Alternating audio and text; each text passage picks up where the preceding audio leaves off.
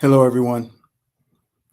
Welcome to the Advancement Center, and welcome to the world of magic and miracles.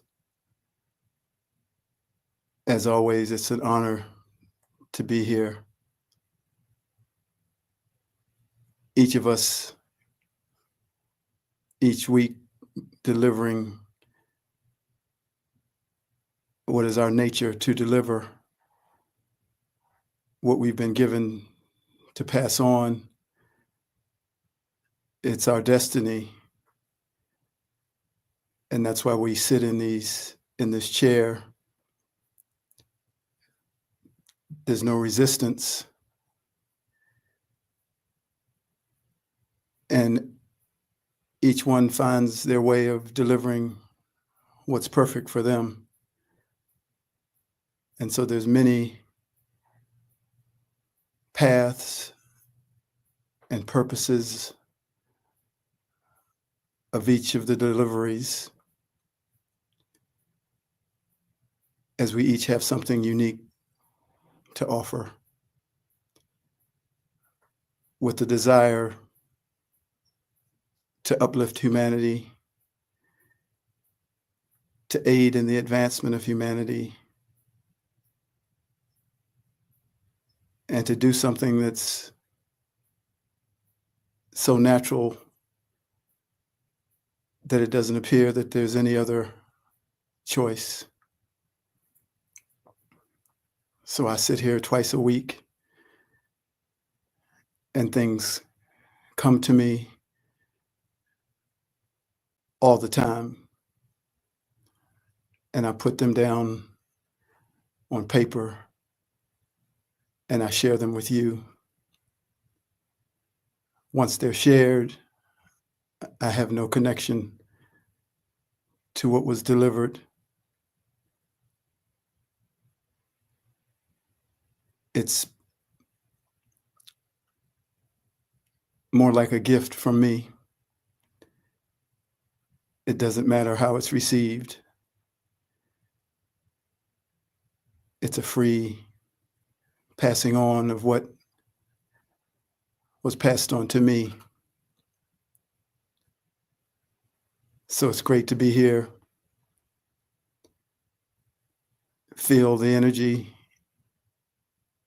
that's coming from me. Let the words go wherever they want to go. Don't try to hold on to any of them. They'll find you if they're supposed to find you. First, these words, though, from a song. We were born before the wind, also younger than the sun, and the bonny boat was one as we sailed into the mystic. Hark now, hear the sailors cry, smell the sea and feel the sky. Let your soul and spirit fly into the mystic. And when that foghorn blows, I will be coming home. Yeah, when that foghorn blows, I want to hear it. I don't have to fear it. And I want to rock your gypsy soul, just like way back in the days of old. Then magnificently we will float into the mystic. And when that foghorn blows, you know I will be coming home. Yeah, when that foghorn whistle blows, I gotta hear it. I don't have to fear it. And I want to rock your gypsy soul, just like way back in the days of old. And together we will float into the mystic.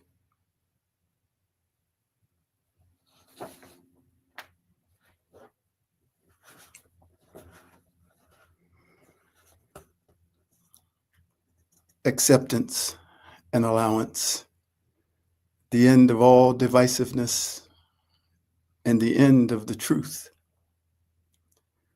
Something beautiful is coming. Something truly beautiful is coming. And the truth is that I can only see it and feel it for myself. I assume that if it is for me, it is for everyone. But in truth, I don't really know what everyone wants for their life. I cannot in any way make the statement that I know what any other person wants for their life. All I can express is what is true for me, and through that, my hope that you might want the same. I can surely feel myself growing and expanding, but these words are almost outdated as they reflect something that is now far below what I am now experiencing. I experience these waves of ecstatic joy, of tears of love for all humanity, and of a propelling into something and somewhere far beyond this physical reality. I can feel me being loaded into the catapult and it being pulled back, at first ever so gently, but then with greater and greater force, readying me for launch. For every challenge, every so-called negative circumstance, as well as every so-called positive circumstance, along with every new revelation and awareness, is seeding my new life in this place that I am being prepared to go to. For we are moving, some in a circle and some into a place that is beyond everything we could have ever imagined or known. Even me of many words cannot find the words to describe this grand feeling of disconnection from every program within the physical human condition. So all I can do is tell you as best I can what I am seeing in the place where I am in the future. So here I am once again, speaking from the future, sharing with you a world that exists and the world that we will all experience if that is what we want. From this place where I am, I can see how we are all mired in old structures, the old programs that pits one against another, the divisiveness that exists within the human entity at this time is coming to an end for those that choose it. No one is outside of the energy of divisiveness. It is fragmented, for everyone has a piece of the light and a piece of the darkness within them. We are all trapped in the coat of divisiveness. The light within us cannot be proven, while the dark can be expressed. The light can be felt, but the dark can be hidden. There has never been a way to prove that the light exists, and there's never been a way to convince anyone of a different reality than what they know is true for them.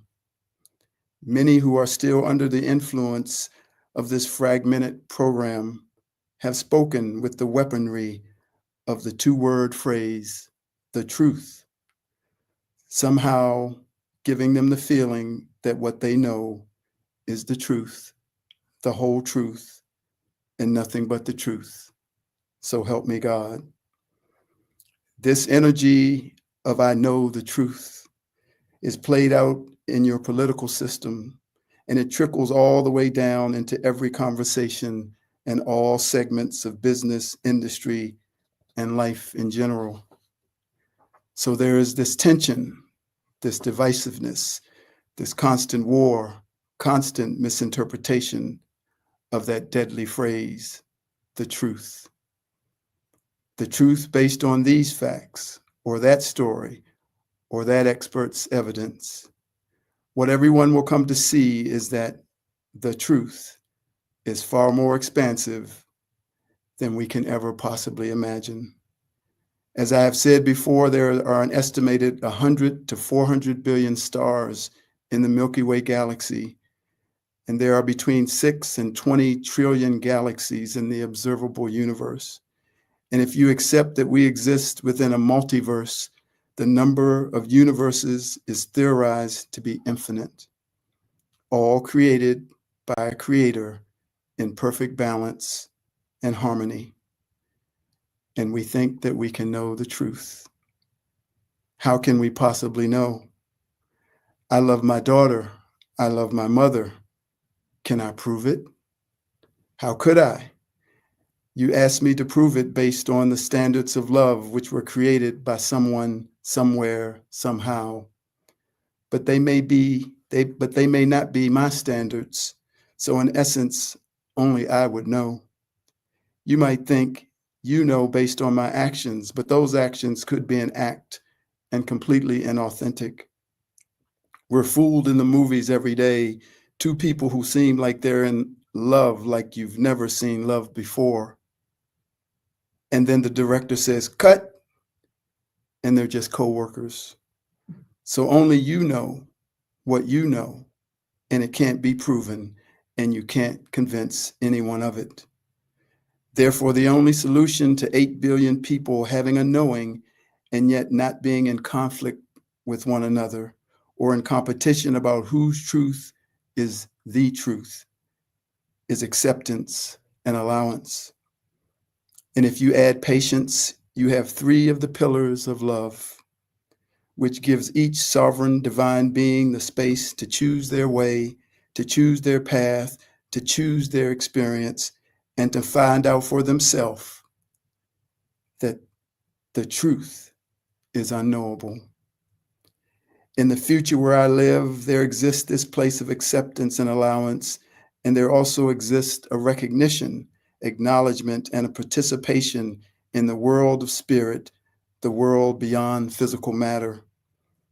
That becomes the baseline of agreement that pushes humanity forward, that raises its consciousness and opens the heart of humanity to a higher vibration of harmony and unity, peace and love without conditions. In this new place, it will be clear how we have been manipulated and pitted against each other, making us feel as though we were separate, making us feel like we have to fight for every morsel of that fragmented truth, a truth that cannot be known, but only fought over. And in doing so, creating an industry of proof. Whereas in this new place, you will only experience the industry of magic and miracles where there can be no proof and therefore no truth. Some of us have gotten so used to fighting and contending with other people's fragmented truth that we won't know what to do with ourselves.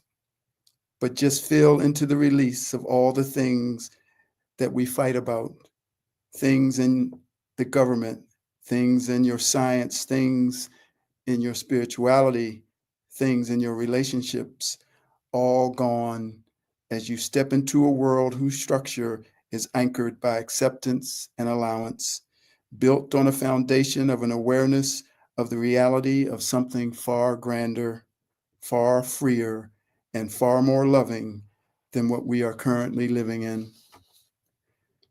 We have all lived this way in moments or for a lifetime because of the influence of the program of survival. But there's this magic inside of us, this unexplainable world that shows us things and produces things that we are never told that we are capable of, because there is no scientific proof for these things that we can do, see, feel, and produce.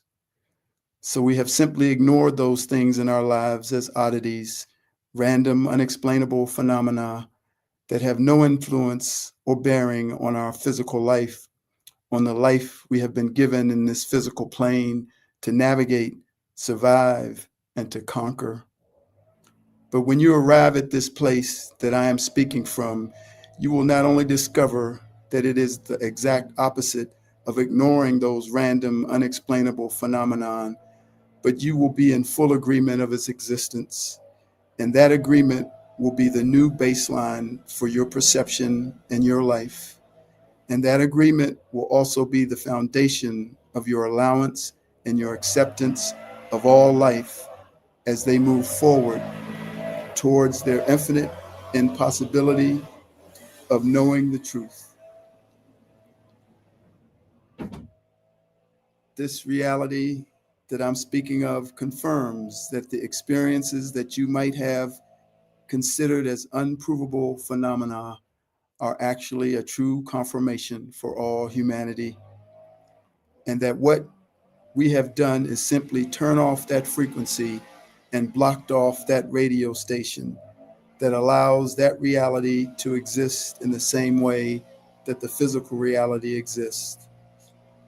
Slowly, more and more people are recognizing the existence of the world of spirit, energy, frequency, and vibration, a world that never enters your physical view unless you are able to tune to the frequency of its presence. But those people who are beginning to accept this reality will assist others, not by convincing them, but by expressing its effect upon their lives and by how they begin to live and how they slowly pull back from the influence of the control and manipulation of those in charge of the physical world. The agenda of those in charge has always been to simply keep you from tuning in to the world of spirit, to tuning into your original nature, your original mastery, and your original power. This does not exclude the use of all things that are available in the physical world, but what they have always wanted is your allegiance, your compliance, your sovereignty, your dependency, and your gifts and abilities.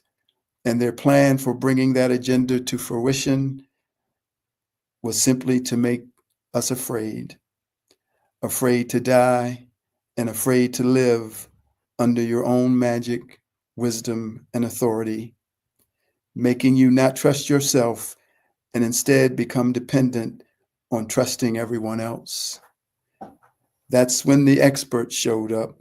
That's when the analysis showed up. That's when logic and reasoning showed up. And that's when the industry of proof showed up. And divisiveness was born. And now every commercial selling you something has a study associated with it to give validation to the product. Every politician who speaks has a study to prove their side of the story. But no one acknowledges the magic and power that lives within a human being, for there is no study, and there will never be a study that can be delivered to prove the magnificence of the one you look at in the mirror every day.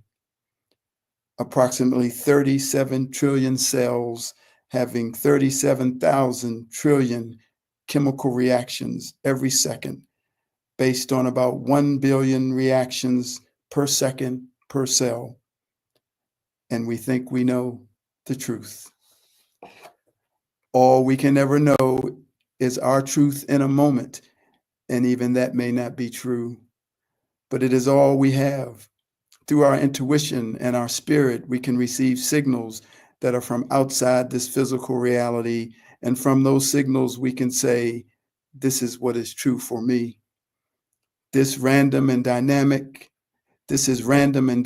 and cannot be measured or tracked, but only experienced and expressed. But even if you are given this truth to pass on to someone else, it is just a message. You cannot force anyone to accept the message, for that is the subtle but brutal insertion of divisiveness. We are magnificent, but because we can't prove it, we trust their analysis. And since they can't prove our lack of magnificence, they scare us with a study. And from the place that I am speaking from, this is laughable. To try and frighten a divine, infinite spark of the Creator is utterly laughable. Trust me, we will have better things to do in this place that I am speaking from. This is a different vibration and a different consciousness that is speaking to you now.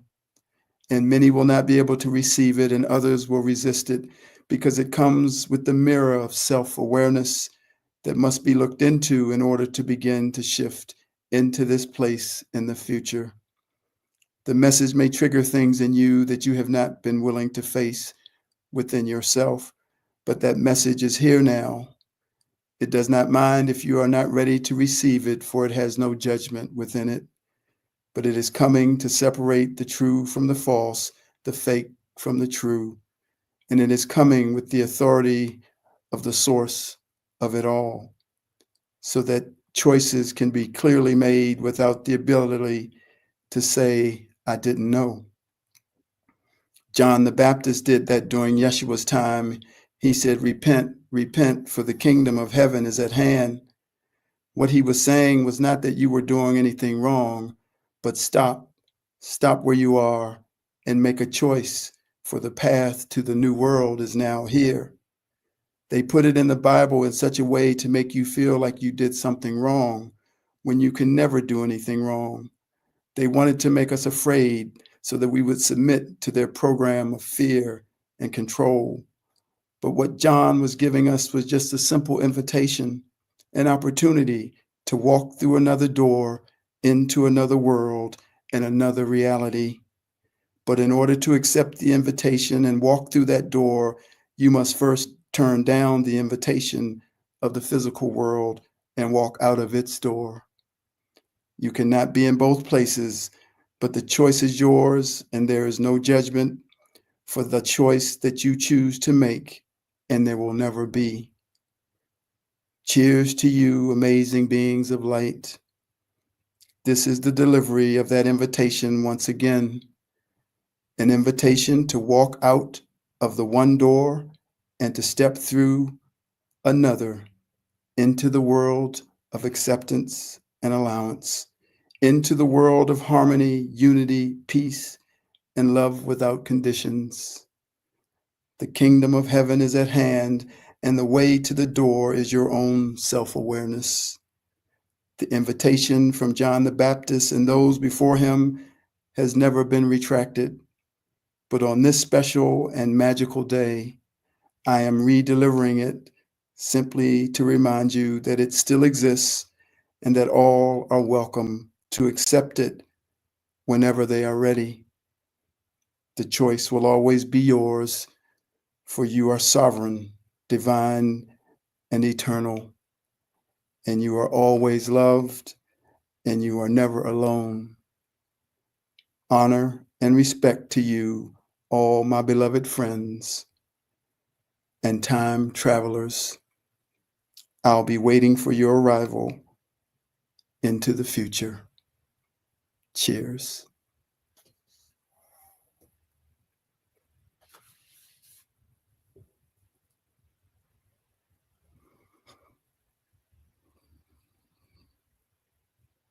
Thank you for listening, everyone.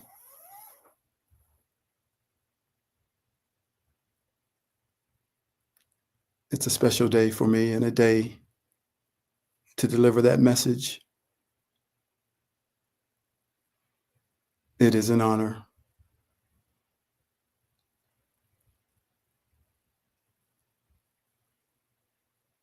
When you're ready,